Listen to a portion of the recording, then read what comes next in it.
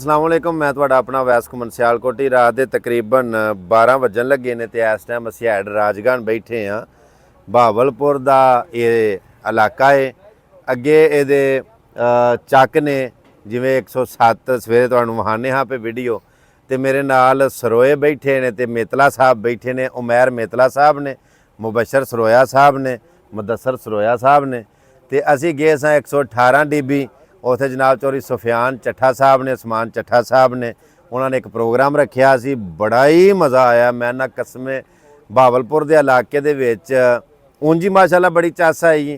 तो जिहड़ा प्रोग्राम अज 118 DB दे विच होया ना, मैं ना उते कमाल रिकॉर्ड होया। वो इंशाअल्लाह मैं एक दो दिन दे विच एडिट करके तुहाडे तक जदों पहुँचावांगे ना तो यकीन करो अश कर उठोगे। और स्वाद आ गया जियां का, स्वाद आ गया वरतों का, स्वाद आ गया रहीतल बहीतल का, स्वाद आ गया इस मिट्टी का। बड़े ज़िले फिरे ने, बड़े इलाके फिरे ने। ये उंज मैं जाके सियालकोट दसांगा कि सारे ज़िलों के विचों टाप ते ज़िले किहड़े ने और किहड़ियां कौमां ते किहड़े लोग, किहड़ी मिट्टी, किहड़े जी, किहड़ी किहड़ी तबीयत ते किहड़े किहड़े मजाज दे ने। बड़ा मज़ा आया। तो असां आख्या चलो इत्थे बह के ते मतलब एक ना यादगिरी बनाने आ।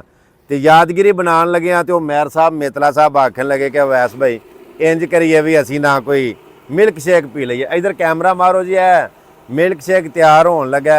मैंगो शेक इनू आंदे ने, ये मैंगो शेक इन्होंने आख्या। ओ मारो ना जिथे बोर्ड लगा है, जूम करके ज़रा थाने का वो हैड राजका का बोर्ड लगा। मैं तुहानूं नाल बहा भी छड़ी है ना कि असीं हैड राजका ही बैठे हाँ। मत आखो कि होरे उत्थे दबुरजी बह के बनाते ने पे। सो जनाब इन्हां अपने भाइयों का मैं बड़ा शुक्रिया अदा करना, बल्कि जिन्ना शुक्रिया अदा करा मानद सरोया साहब का उन्ना ही घट है।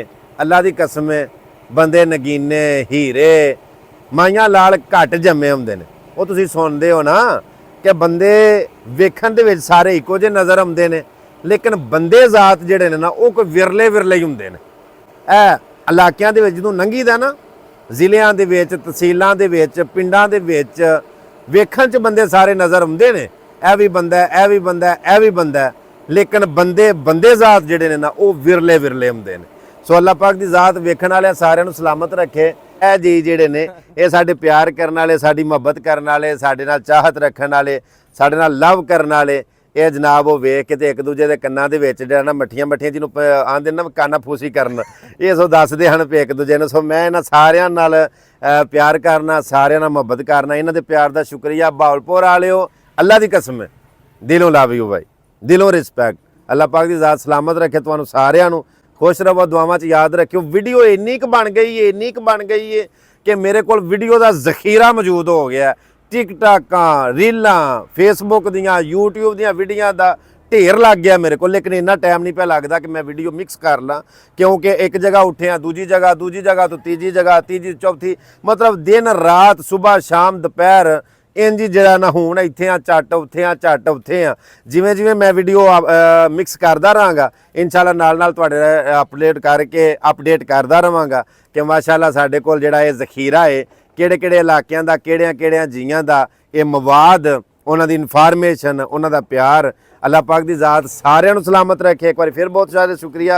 अपनी दुआवां च याद रखियो। मिलने एक नवी वीडियो दे नाल। अल्लाह सोहणे दे वाले। अस्सलाम वालेकुम वरहमतुल्लाहि वबरकातुहू।